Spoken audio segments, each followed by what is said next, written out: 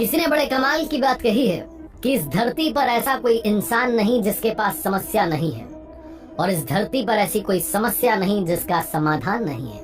आपके लिए एक छोटी सी कहानी एक भिक्षुक की, जो गांव में घर घर जाते थे, भिक्षा मांगते थे, शाम में जंगल से लकड़ियां बीन के लाते थे, भोजन पकाते थे। रोज का यही रूटीन था। गांव के बाहर एक झोपड़ी बना करके रहते थे। एक दिन शाम में जंगल में लकड़ियां बीनने के लिए गए हुए थे रोजाना की तरह, और तब उन्होंने कुछ ऐसा देखा जो जिंदगी में कभी नहीं देखा था। वो चौंक गए, चमत्कार सा उनको लगा। जंगल में एक लोमड़ी थी जिसके पैर नहीं थे लेकिन हष्ट पुष्ट थी। ये भिक्षुक सोचने लगा कि ये जिंदा कैसे है, ये चल फिर नहीं सकती, इसका अब तक किसी ने शिकार क्यों नहीं किया, और इसको भोजन कौन खिला रहा है, ये खाना कैसे खा रही है, ये कैसे अपनी जिंदगी जी रही है। ये सब वो सोच ही रहा था कि अचानक से एक दहाड़ सुनाई दी। जंगल का राजा शेर आने वाला था। बंदर इस पेड़ पर से दूसरे पर कूद रहे थे। डरावना सा माहौल था। अपनी जान बचाने के लिए भिक्षुक फटाफट से पेड़ पर चढ़ गया और देखने लगा कि नीचे क्या हो रहा है। जंगल का राजा शेर उस लोमड़ी की तरफ आ रहा था। थोड़ा पास आया तो दिखने लगा कि जंगल का राजा जो शेर था, उसके मुंह में एक हिरण का बच्चा था। वो हिरण के बच्चे का शिकार करके लौटा था। ये भिक्षुक सोच रहा था कि इस शेर ने वो हिरण का बच्चा तो निपटा दिया, अब ये लोमड़ी को भी निपटा देगा। लेकिन जो हुआ वो अलग सा था।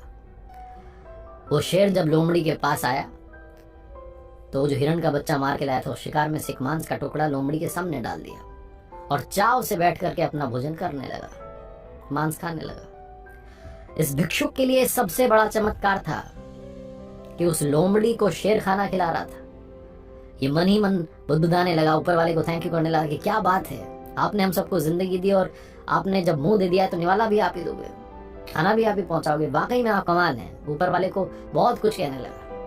फिर से लगा कि ये आज ही हुआ है या रोजाना होता है। तो अगली शाम में फिर से जंगल में पहुंचा और वहीं पेड़ पर चढ़ करके देखने लगा। तो अगली शाम में भी शेर आया, वही दहाड़, वही सीन बना। शिकार करके लाया था, मांस का टुकड़ा उसने लोमड़ी के सामने डाला और खुद भी खाने लगा। इस भिक्षुक को यकीन हो गया कि ऊपर वाला इस दुनिया में है और वो सबका ख्याल रखता है। तो अगले दिन से इसने सोचा कि मुझे भी अब गांव में घर घर जाकर के भिक्षा मांगने की जरूरत नहीं है। झोपड़ी में रहेंगे, ऊपर वाले ने हमें मुंह दिया है तो निवाला भी देगा, भोजन भी देगा। तो वहीं इंतजार करने लगा कि कोई तो आएगा। 10 दिन हो गए, 12 दिन हो गए, जिद पर अड़ा था कि भगवान मेरी भी मदद करेगा। 15वें दिन ऐसी हालत हो गई, दुबला पतला हो गया, चल फिर भी नहीं सकता था, भिक्षा मांगने के लिए अब जा भी नहीं सकता था। झोपड़ी के बाहर बैठा हुआ था, तभी वहां से एक महात्मा जी निकले। आवाज देकर के उनको बुलाया और उनसे कहने लगा कि ऊपर वाला वाकई में निर्दयी है। महात्मा जी, आपको मालूम नहीं है, बाबा जी जंगल में एक लोमड़ी है जिसके पैर नहीं है, उसे शेर भोजन कराता है, शिकार करके लाता है तो अपने उसमें से हिस्सा भी देता है। और एक मैं हूँ जो ऊपर वाले को याद करता है, तपस्या करता है, मेरा कोई ख्याल ही नहीं रख रहे हैं। पिछले 15 दिन से यहाँ इंतजार कर रहा हूँ कि मुझे भी कोई खिलाएगा, कोई आएगा, लेकिन कोई आया नहीं।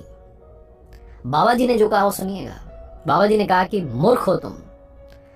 अरे पगले इंसान, ऊपर वाला तुझे लोमड़ी नहीं बनाना चाहता है, वो तुझे शेर बनाना चाहता है और तू लोमड़ी बन के बैठा है।